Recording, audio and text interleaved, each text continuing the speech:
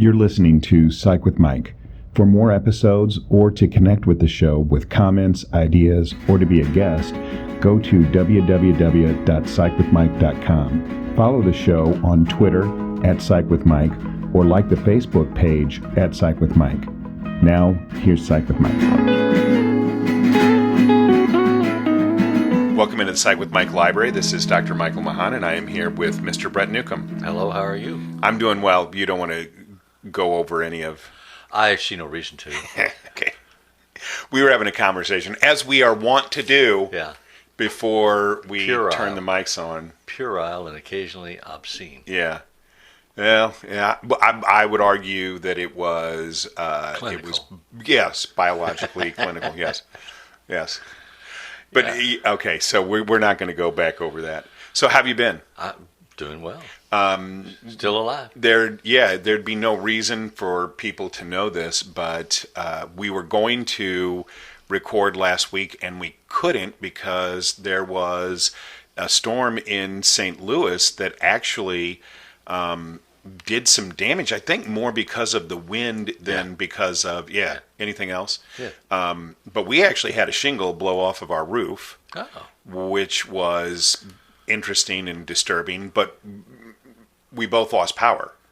Yes. And it's so bad to feel powerless. You live in an area of St. Louis called Webster Groves, which is, for people who may not know or care, Webster Groves is like the considered the lifeblood. It's the Webster Groves was actually on the news show 60 Minutes back in the 1970s, 60s or 70s. Well, there's a weekly TV show.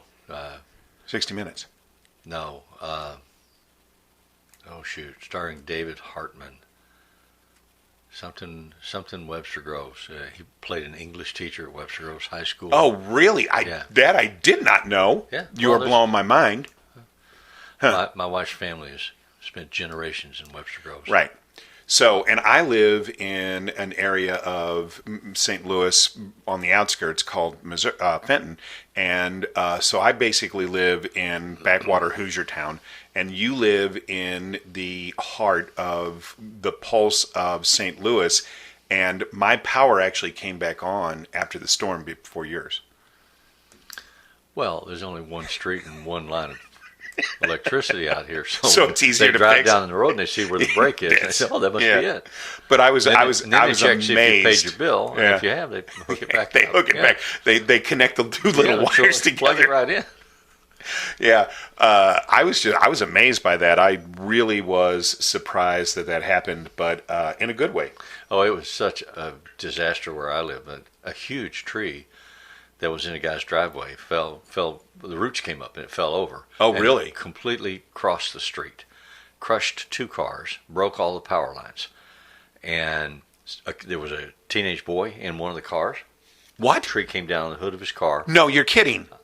Now, I hadn't heard this story. He was not hurt. He was able to open the door and crawl out through the branches Holy and run away. Moly. So that was a blessing. But then there were issues among all the different organizations that were supposed to repair and improve things. And so nobody was going to do anything until the power could be turned off on those lines. And so then the power company had to come out and turn the power off. So then they had to figure out, well, what are we going to do with the tree? So then they figured out that the homeowner's responsibility is from the edge of the property line back to the house. And so 2/3 of the tree trunk belonged to them. But the part that was in the street didn't belong to anybody. And the city was supposed to take care of it. Well, the city was busy. So the street was blocked for 2 days before the city crew finally came and got rid of the tree that was in the street. And the power lines were restored, electricity was restored, but the lines were left on the ground. And the electric company said, well, that belongs to AT&T. So call AT&T. AT&T comes out and says, well, no, that's not ours. It belongs to Charter. So then you call Charter, and Charter comes out and says, no, that belongs to AT&T.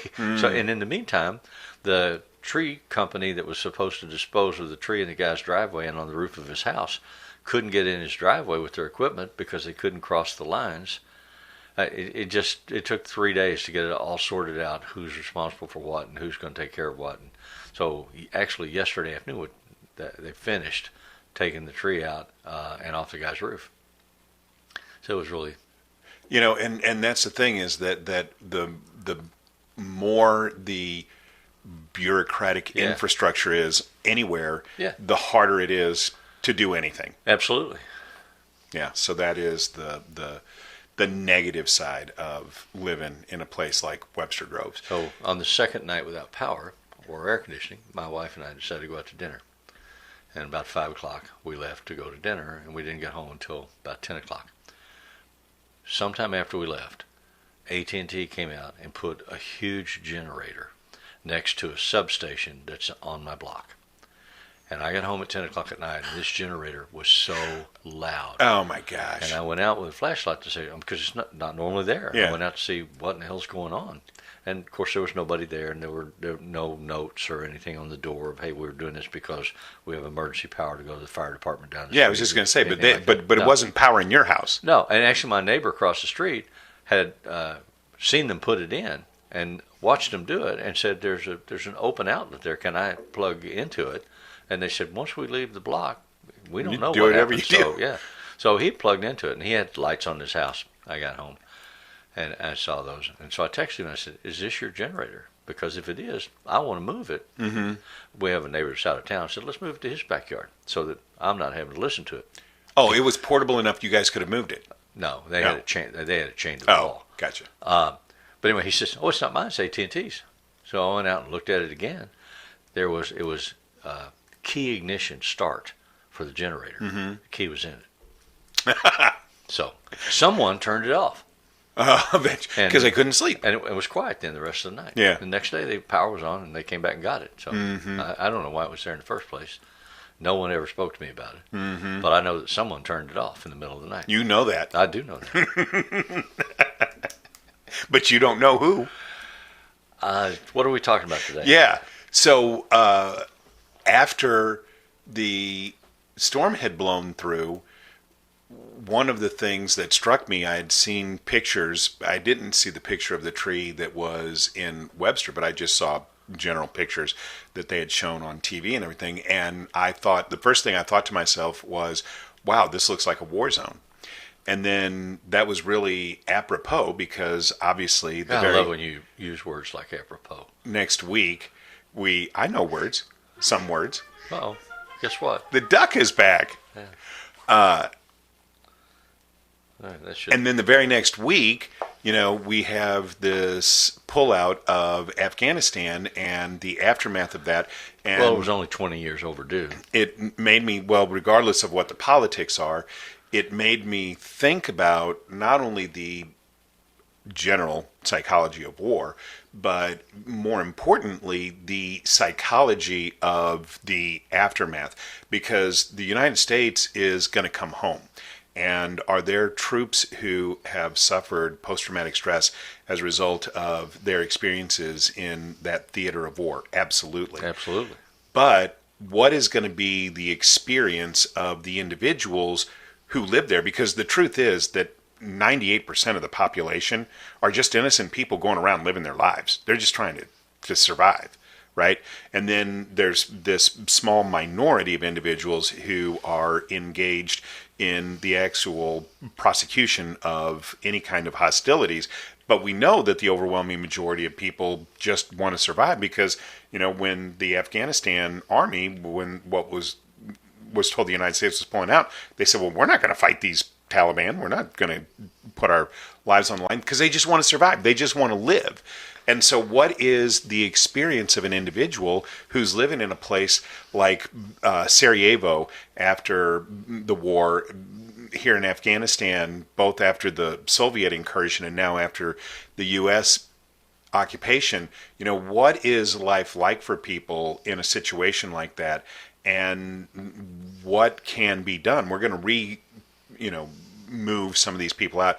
St. Louis is one of the cities that's been identified by the federal government as being willing to take some of these refugees, and they're going to get support from the federal government to The do mayor that. of St. Louis and the county commissioner, county executive, together have notified the federal government that we would welcome a large number of these immigrants, at least 1,000. Mm-hmm.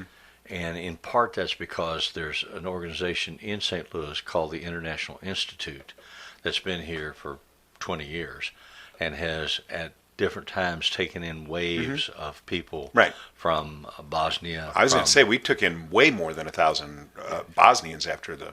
Yeah. So we have this infrastructure for helping people who come from less developed, backward, primitive parts of the world who don't speak English and who may be of a different religion to come into our community and help them adapt and learn and survive. And what our experience has been in the St. Louis region, but historically I think it's been the experience of America throughout most of its history, is that immigrants bring energy and discipline and work to our community, and they help us grow and expand in our capacities. Some of them bring crime, some of them bring illness, most of them do not, and they're just good, hardworking people who gradually acclimate to our society, and we benefit from that. Mm-hmm. So I embrace bringing the Afghans to St. Louis. Absolutely. Oh, I'm all for it. There's no way that we're going to get everybody out that wants to leave. Obviously, that's just not going to happen. So, well, there's so many nasty political ingredients in that. Right. And there's no good answer. What I know is that the United States spent $2.5 billion, $1 trillion, $2.5 trillion over a 20-year period trying to turn Afghanistan into a modern democratic country. We lost 2,400 American dead, over 24,000 American wounded, no telling how many Afghan dead and wounded. We supported until the last 5 years 100% of the cost of the Afghan government. Mm-hmm. Our taxpayers did. Mm-hmm. In the last 5 years, it's been reduced down to about 48, 49%. Now suddenly, it's supposedly gone because the Afghan government has gone. But the United States government is now moving thousands of people out of Kabul somewhere. Many of them are going to Qatar, some are going to Saudi Arabia, some are coming directly to the United States. My guess is we'll have to support them with food and medicine and tents and what have you. So there's still going to be exponential cost involved for this war that never should have happened, in my opinion. Well, and whether or not any war is worth it, I mean, obviously, most people, especially in the United States, would say that World War II was a moral war, that was something that was that's what we're taught in history. Rightfully fought. It depends on what your perspective is. Obviously, there are some people in the world who don't think that World War II was a moral war or rightfully fought. But regardless of what side that you're on, there's a reality that exists on the ground anytime a war is fought, and then these hostilities, or at least for the most part, hostilities end. And there are innocent civilians who live in these environments. That duck is active today. And are trying to live their lives and survive and raise their children. And, my question is, what is the experience of people in a situation like that? What is their lives? What are their lives like? And is there anything that we could suggest to somebody who was living in a reality like that that would be psychologically beneficial? I don't think it's a one-size-fits-all conversation. So I think you have to be very specific about the circumstances, the people, the level of capacity in the community.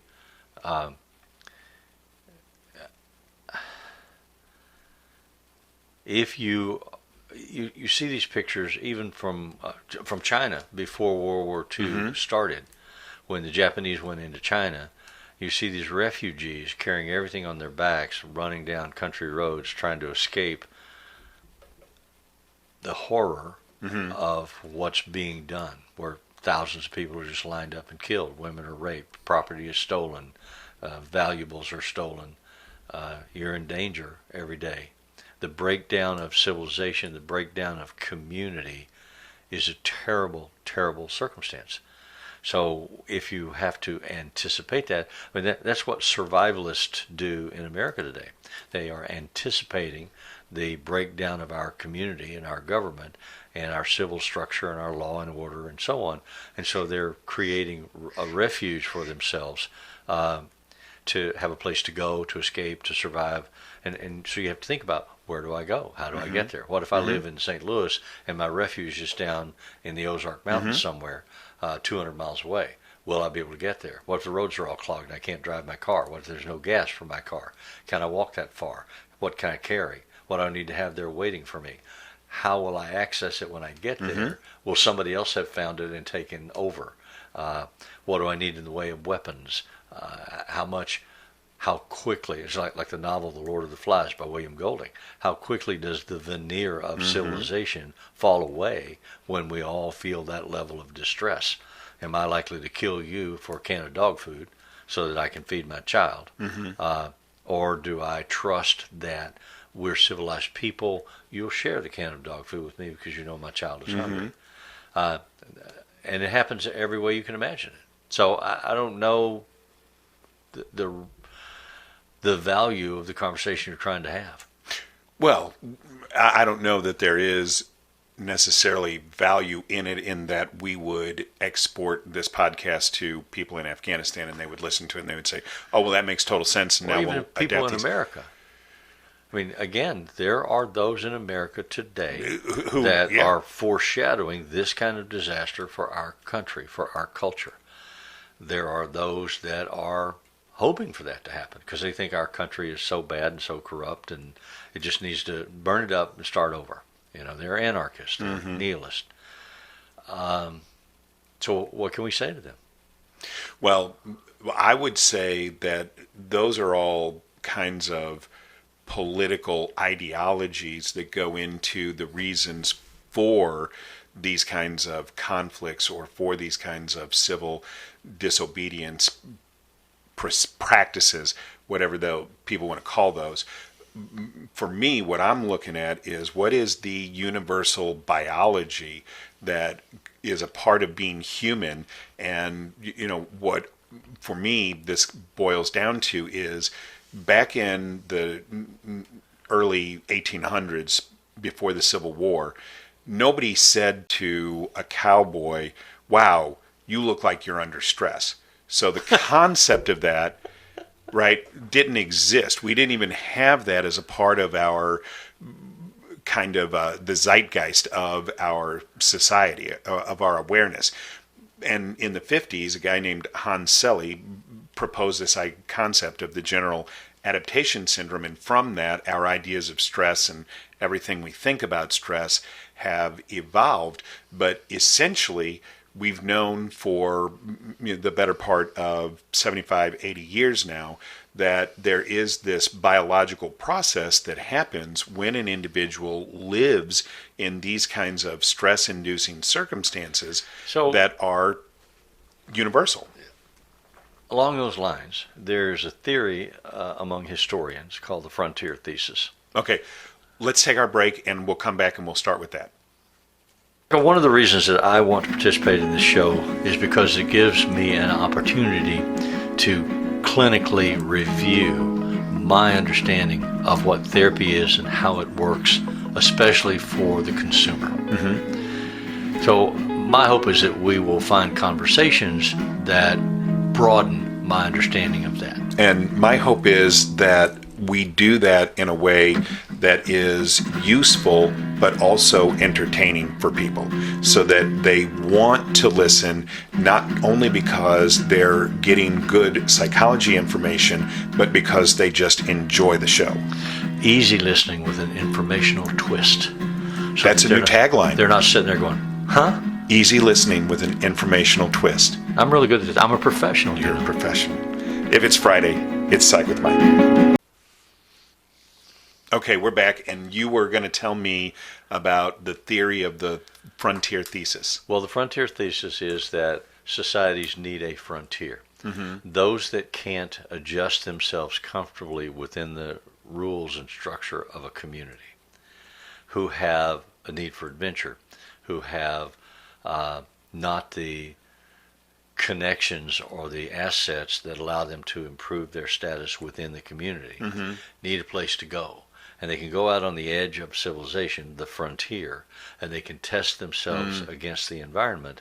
And so that they probably don't have to live in accordance with the rules and the norms. Exactly. Okay. What was your name in the States? Was it Johnson or Bates? It was a song from the 1800s from the Cowboys. Because in the frontier, when you left the United States, there was no law until communities imposed their own law, which initially was vigilante law. And gradually they would incorporate themselves. They would establish a sheriff. They would establish a mayor. They would establish town laws. And then they would impose those on the people that lived there. And if you didn't like it, move out, move on, get on down the road, get to the frontier.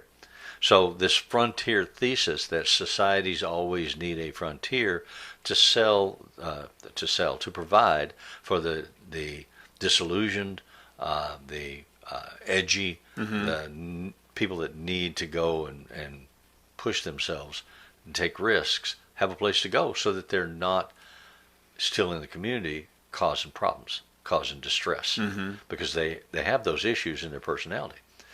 So when John Kennedy was president of the United States, he talked about something called the New Frontier, which was space. And for a while after the Kennedy administration, people tried to make the New Frontier be the ocean. We had submersibles, we could dive deeper, we could go further, we could discover new things under the ocean.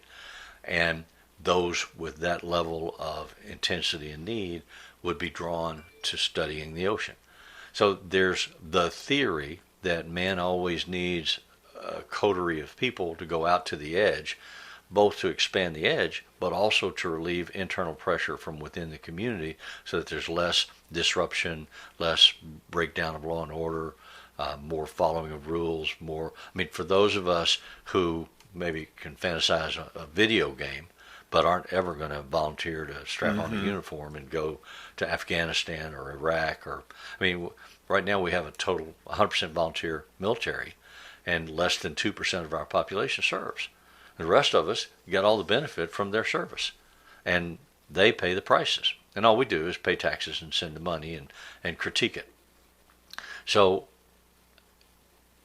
if you're looking to try to understand what is it about human nature, one of the ingredients that you have to consider is the frontier thesis, that leads to war. So I'm more concerned with the experience of the innocent civilians who live in the aftermath. So to put this in the context of this current situation, you're talking about why the Taliban do what they do, and I'm talking about the experience of the average Afghani who's just trying to, live his life. And so, but my question would be, do you think that there is any awareness on the part of the individuals who live on the frontier and then want to move back into society and be a part of that? Do they have any responsibility for understanding how that imposition of that rule set is going to affect the average person who's just living their lives? From my study and reading of the westward expansion movement, right, exactly. Generally, those people would say, in our community, these are the rules we want to have. They didn't want to go back to St. Louis or Kansas City or Cincinnati and live the way they lived there with the systems and structures in place there. They had left those places and they'd come out west where there was nothing. They created out of whole cloth this new community, right? And they wanted to put their rules in place, like the Mormons, right, who were driven out of Nauvoo, Illinois, and went out to Utah and created Deseret and set up their own rules and their own laws, up to and including having polygamous marriages, which the rest of the Christian nation said, no, you can't do that. But they said, hey, we live out here on our own. We're going to do what we want to do. But even when the westward expansion, Manifest Destiny was moving us westward, and we were incurring indigenous populations that were here before the only good Northern Indian Europeans. is a dead Indian. Yeah, and with the Trail of Tears and everything that went on during that period of time, it certainly did not appear that the people who were settling this new country took into consideration how that was going to affect the individuals who were currently living there. And do you think they just want to move them out? So do you think that people have a right to say, this is where we live and you don't have the right to come in and impose your will on us? Or do people have the right to impose their will? And then if they do they have a responsibility for taking into consideration how that might affect individuals who live there? Or do they have the natural right to expect those individuals to just assimilate? This is a conversation that only occurs Yeah. Among people like us who are sitting in safety somewhere that somebody else has bought with their life. Yeah. So you can't really say, you can't, what good is the existential conversation, because it doesn't apply in real time. Exactly. When things are happening on the ground. Historically, throughout mankind's history, wars have been about acquisition of territory and resources, about the establishment of control and the elimination or suppression of the indigenous population. So we'll turn you into slaves and you can work for us and you can do labor for us, but we'll set up our lifestyle and our rules, and you're not going to be part of that unless we allow you to be part of it, and we'll only allow you to be part of it if you do the way we tell you. So your religion has to change, your language has to change. We're going to require you to speak English, or none of the official paperwork will be in your language. It'll be in our language, and so you have to learn our language. Your religion may not be allowed. You have to follow ours. You have to live according to the way that we live. So I see people in the United States, a lot of media, social media in particular, constantly protest. We'll never have Sharia law in America, and you can't bring Muslims over here because they'll try to impose Sharia law. If the Constitution of the United States is followed and the Constitution of the laws of the various states are followed, there's no way there can be Sharia law imposed in the United States. But if they're not followed, because there has to be separation of church and state. Well, and yet you see congressmen today saying our nation was founded as a Christian country, and we need to bring Christian rules back. And the idea of separation of church and state is only imposed when it's convenient for the people in power. Exactly. Yeah. Right. So everything that we're talking about, if we were sitting as clinicians in a seat of assessment of an individual who were engaged in such behaviors, I don't think that either one of us as clinicians would be able to define this behavior as anything other than pathological. Would you agree with that? Yes. And so is there any way to see war or these kinds of behaviors in any way other than psychological pathology? Yeah, I think you have to. Again, it's an intellectual artifact to sit and play these word games. You have to look at human nature, and you have to look at what motivates human beings to behave the way they behave. There was a group called the filibusterers, led by William Walker in the 1850s, who believed in... This is why you're on the show, because you are a historian. Who believed in manifest destiny, that it was the manifest will of God that the United States should rule all territory from the Atlantic to the Pacific and as far north and south as they could go. So William Walker and the filibusterers had a plan to take over Central America and Cuba. And it was a private army. And they got a collection of people and they went off to invade Nicaragua. to give it to the United States. So why? Well, because they believed that was God's intention for the United States, and that whatever they could make in terms of money and land and power for themselves also was God's intention. And I'm just asking this question just because I'm curious. So then, obviously, everything north of Mexico would have been the U.S., everything south of Mexico would have been the U.S., and then they would have eventually assimilated Mexico, or Mexico would have remained sovereign? So there's more to the story. Okay. You have the industrial north and the agricultural south in the United States. The agricultural south had slavery, and the industrial north did not. And the momentum of movement, especially with Western expansion, is how are we going to balance slave states and free states? Are we going to have to change the Constitution and outlaw slavery? Is there going to be separation and war? And some of the southern states, like North Carolina, say, oh, well, we'll pull out. We'll leave the Union. And then the question is, well, can you leave the Union? You know, you agreed to stay when you joined. So there were theories that what needed to happen is those southern states needed to move south. And so they could take over Cuba, they could take over Mexico, and then they could reset themselves as an independent country that would be the equivalent in territory and resources of the North. So it's a lot more complex than a simple answer is going to give you.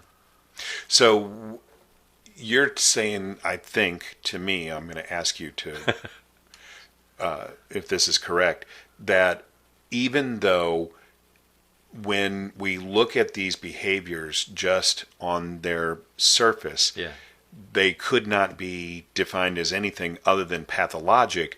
When you are looking at events as they happen on the ground in real time, those kinds of assessment protocols just don't apply. You can't. Well, that's one of the clinical questions for a psychologist or a therapist.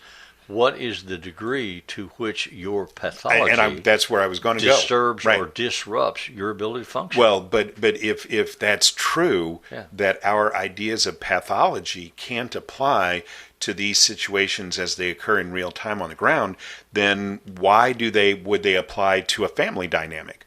Why would they apply to, you living your life within the context of a society? I mean, what is the point at which we can apply these ideas of pathology? Does that make sense? Yeah, well, those are the distinctions that divide the social sciences. You have the psychology, which focuses on individuals. How do I understand this single individual? What is his history? What is his motivation? What are his assets? What can he do? And sociology, which looks at groups of people, and anthropology, which looks at cultural systems. So it depends on where you shine the light. And so if you're just looking at an individual and you say, well, I'm a true representative of my culture, what if my culture is pathological? Can a culture be pathological? I mean, Stanley Milgram did the famous experiments to find out, was it possible that all of Germany was pathological? What allowed ordinary Germans who grew up in small villages in Germany in the 1930s to become concentration guards and brutalize and kill Jewish children just because they were Jewish. Right. And so Milgram said, well, there's got to be something wrong with the Germans. So he set up this series of experiments that are very famous today about to measure the obedience to authority and the willingness to take off your veneer of civilization and Christianity and apply behaviors that in a discussion you would say, oh my God, I would never do that. That's abhorrent. How could anyone do that? But in reality, 90% of the people that you tested, random people off the street. And so just so that people, what Milgram did is he put an actor in an electrified chair and then a participant in a room separated from the electrified chair with an observer, and the participant's job was to administer shock. And so the person would say, oh, this individual needs some mild shock, and the participant would push the button and the actor would pretend like they were being shocked, and they would turn this thing up to essentially death. And the question was, how far would the participants go? And as you pointed out, the overwhelming majority of them went all the way up. There was only one group of people, as a group of people, that consistently said, no, I won't do this. Once they understood that the person on the other end of it was in pain and that the pain levels were increasing for wrong answers. And that group of people were priests and rabbis and ministers of all faiths, people that had a calling or a commitment to the ministry of a religion as a group, no matter what the religion was, refused to do what Milgram asked them to do. And that's a good place for us to end this conversation. I don't know that we necessarily came out with any answers, and I wasn't expecting to. This was just something that was really, really heavy on my heart this week, and I just kind of wanted to flesh it out. And I got to say, the conversation was fascinating and has really been helpful to me. So hopefully, it's sparked some thinking in our audience. And if they have anything that they would like to share with us, please get a hold of us at psychwithmike.com. Let us know if you have any questions or if you have any comments or suggestions for shows that you would like to see us do. All of the music that appears in Psych with Mike is written and performed by Mr. Benjamin DeClue. And as always, if it's Friday, it's Psych with Mike.